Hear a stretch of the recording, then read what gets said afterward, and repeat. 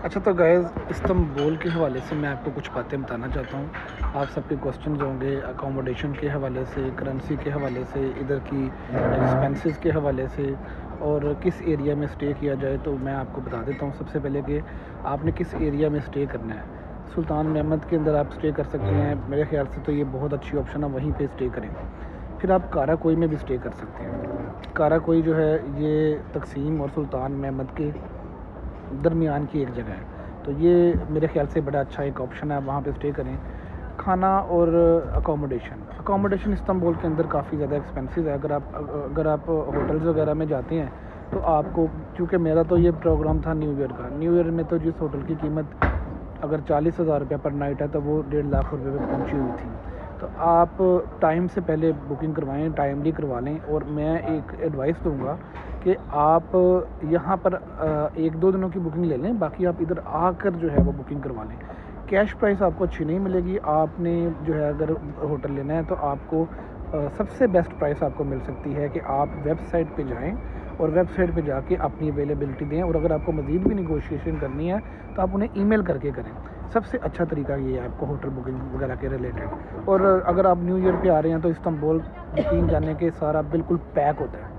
Istanbul में बहुत traffic होता है, टूरिस्ट का बहुत ट्रैफिक होता है।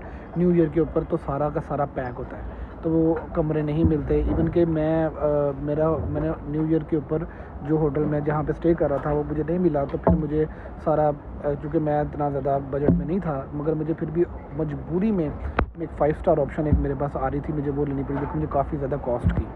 तो मैं आपको ये कहूँगा कि अगर आप इस्तांबुल आ रहे हैं तो आप अपना पहले से ही सारा ट्रिप प्लान करके आएँ। खाने की बात करते हैं, यहाँ पर आपको देसी रेस्टोरेंट काफ़ी मिल जाएंगे, पाकिस्तान, इंडियन, ईरानी, इस तरह के रेस्टोरेंट आपको काफ़ी ज़्यादा मिल जाएंगे। आपने क्या करना है, अगर आप इसको कन्वर्ट करना चाहते हैं पाकिस्तानी करेंसी के अंदर, तो ये आप समझ लें कि आपको अगर आप कोई देसी रेस्टोरेंट से खाना खाते हैं तो वो 2500 से 3000 लीरा के दरमियान आपको 1 मील कॉस्ट करता है। और अगर आप कोई डोनर वगैरह यूज़ करते हैं, जैसे कि कोई शवारमा ले लिया या कोई इस तरह की फ़ूड वगैरह एंजॉय करते हैं, तो ये आपको तकरीबन 500 टू 600 में पर पर्सन जो है वो कॉस्ट कर जाता है। और इसके अलावा ट्रांसपोर्टेशन इधर बहुत आउटस्टैंडिंग मेट्रो है। अगर आपके पास इंटरनेशनल ड्राइविंग लाइसेंस है और आपको ये फ़ील होता है कि आप यहाँ पे गाड़ी चला सकते हैं, तो फिर आप कार ले लें। मैं समझता हूँ कि कार ठीक रहेगी आपके लिए। लेकिन अगर आपने इस्तांबुल के अंदरून में घूमना है, जैसे सुल्तान महमद है और काफ़ी सारी अंदर की डेस्टिनेशन हैं, तो मुझे तो स्कूटर पसंद आया। और प्रॉब्लम ये है कि स्कूटर का जो ये रेंट चार्ज कर रहे हैं ना, वो बहुत ज़्यादा है। आप स्कूटर का जो रेंट है, जितना अगर आपने 5 दिनों के लिए स्कूटर लेना है, तो मतलब कि आप देखें 250 यूरो में आपको वैसे ही नया स्कूटर मिल जाता है। तो आप नया स्कूटर लेके बाद में स्क्रैप करके भी बेचें तो वो आपको अच्छे पैसे दे जाता है। तो मेरे ख्याल से कार में इस वजह से कह रहा हूँ, कार में ड्राइविंग में आपको इशू होगा, क्योंकि बाइक की ड्राइविंग राइट और लेफ़्ट लेन का इतना ज़्यादा इशू नहीं आता। मगर अगर आपने ड्राइविंग करनी है कार की, तो आपको, ज़्यादातर लोग जो गल्फ़ से आते हैं उनको तो इशू नहीं होगा, क्योंकि लेफ़्ट हैंड ऑलरेडी ड्राइव होती है। लेकिन पाकिस्तान से जो आने वाले हैं उनके लिए प्रॉब्लम होगा। तो स्कूटर इज़ बेस्ट, ठीक है। और इसके अलावा अगर आप कुछ जानना चाहते हैं तो आप बताएं। इधर क्रूज़ बहुत ज़बरदस्त हैं। अच्छा, क्रूज़ के लिए मैं आपको बहुत बहुत ऑथेंटिक इन्फॉर्मेशन देने लगा हूँ। क्रूज़ जो है ना, यहाँ पे एक बड़ा ही ना, वो एक कह लें कि प्रोपेगेंडा है, एक मोनोपोली बनी हुई है। हर होटल के नाम से आपका क्रूज़ जाना जाता है।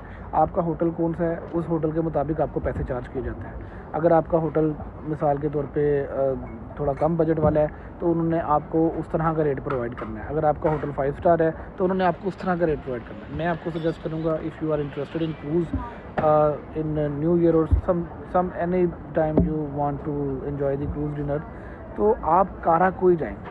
काराकोई से डायरेक्टली क्रूज़ लें। और ये वही जगह है जहाँ पे वो सिटे वाला लड़का होता है, वो अल्पान जो नाम है इसका ना, तो ये वहाँ पर जाएं आप, बहुत रीज़नेबल क्रूज़ेस मिल जाएं। बहुत सारी ऑप्शंस हैं।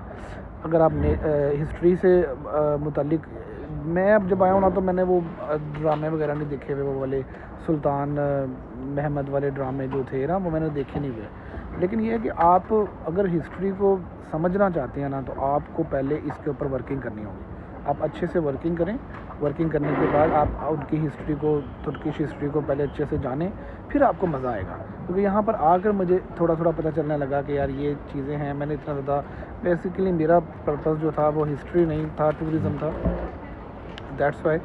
तो लेकिन अगर आप हिस्ट्री के शौकीन हैं तो म्यूज़ियम और पैलेसेस यहाँ पे भरा पड़ा है, बहुत कुछ है, तारीख़ी चीज़ें, गलाटा टावर, मतलब उस दौर के अंदर इस तरह की इमारत उन्होंने तमीर की हुई थी जो आप आज के दौर के अंदर भी एक दफ़ा दंग हो जाते हैं कि यार कैसे बनाए हो गए हैं। तो बहुत ज़बरदस्त इंफ्रास्ट्रक्चर है, बहुत पुराना ट्रेडिशनल चीज़ें आपको मिल जाती हैं। तो आप आएँ।